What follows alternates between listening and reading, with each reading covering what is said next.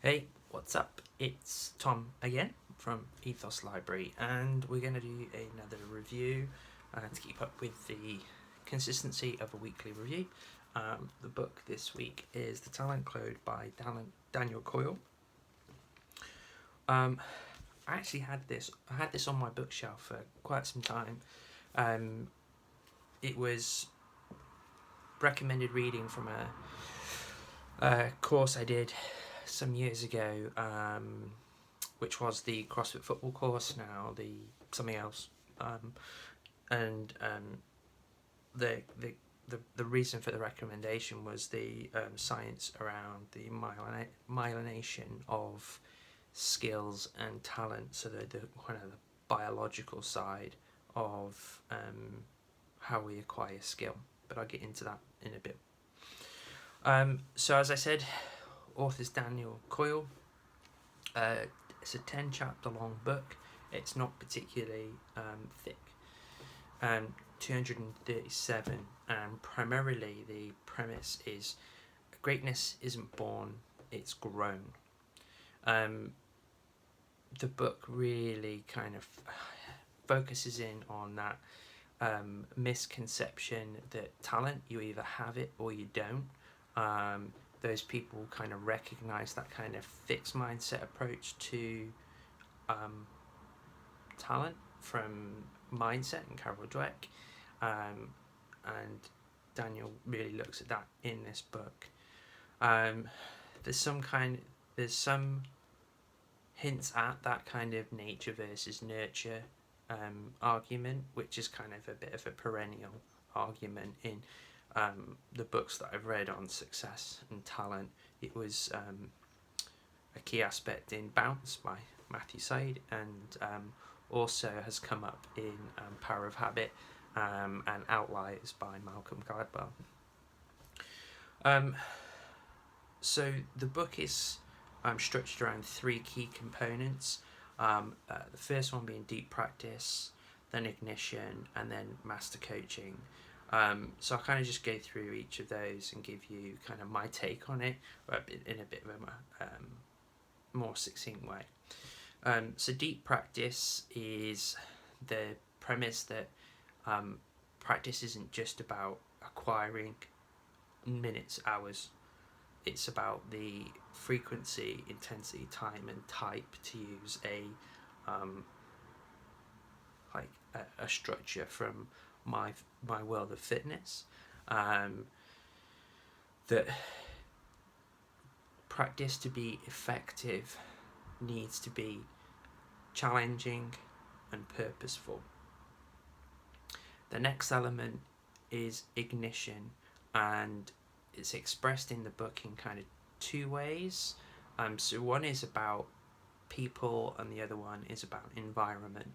And the people side of it is kind of those individuals that have triggered a spike in uptake and increased the pool of individuals engaged in that. In this context, it's mainly sport examples, but there are some examples from the world of music and also singing,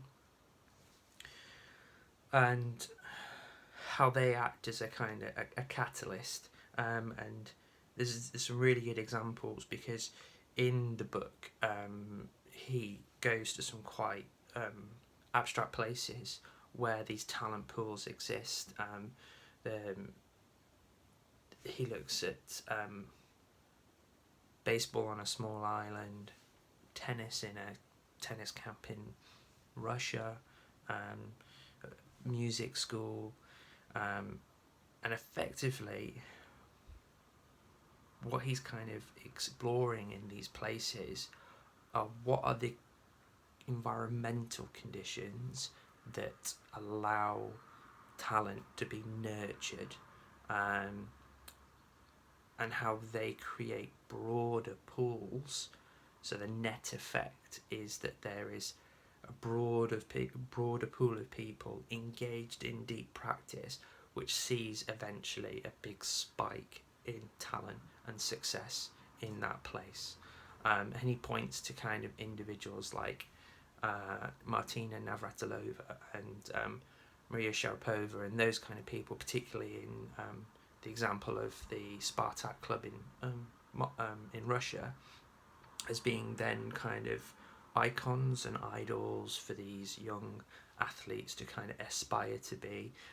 There's another example about female golfers in Korean female golfers, I think.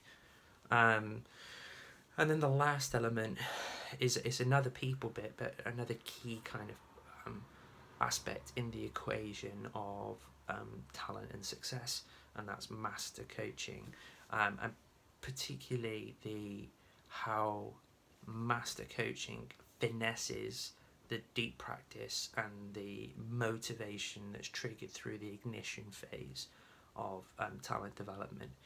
And I think what's really fascinating in his exploration of master coaches is getting down to the real key foundations that underpin successful coaching. And it's probably, I'm not going to give it away because I think it's a really good read, but there's some stuff in there you probably wouldn't expect in terms of their approaches. And there's some explorations of some exemplary coaches. So one of my all-time favourite coaches, John Wooden, is used an example in there.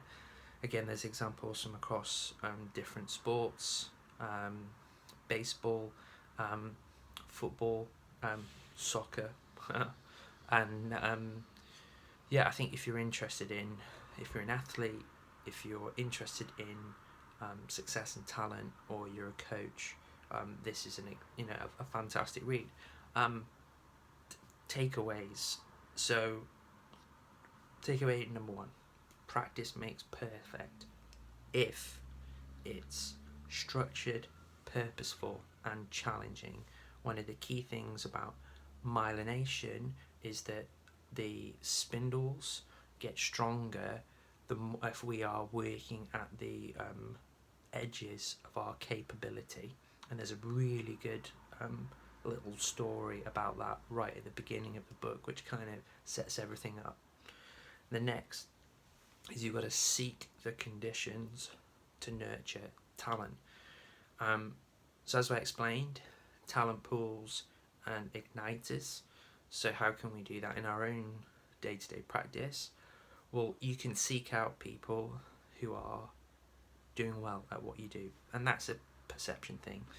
So if you are, if you want to be a better book reviewer, seek out and spend time with, either in conversation or email, with people who are doing it better than you, and look at what they're doing and adapt that into your practice and challenge yourself, in the practice makes perfect example.